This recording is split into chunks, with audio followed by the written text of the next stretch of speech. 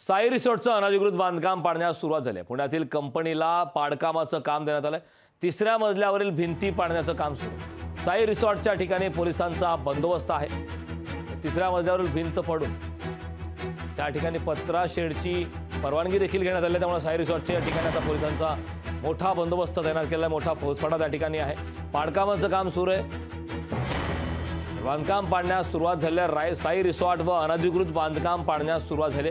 पुण्यातील कंपनीला पाडकामाचे काम हे दिले गेले। तिसऱ्या मजल्यावरील भिंत पाडण्याचं काम सध्या सुरू आहे। साई रिसॉर्टच्या ठिकाणी पोलिसांचा तगडा बंदोबस्त या ठिकाणी तैनात करण्यात आला। दृश्य आपण पाहताय, साई रिसॉर्टच्या ठिकाणी पोलिसांनी छापेमारी केली होती। साई रिसॉर्टचं बांधकाम पाडण्यास आता सुरुवात झाली।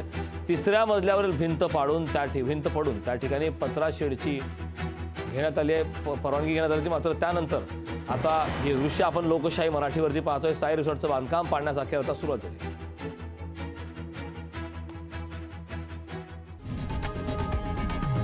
लोकशाही मराठी ऐका, पहा, जागरूक रहा।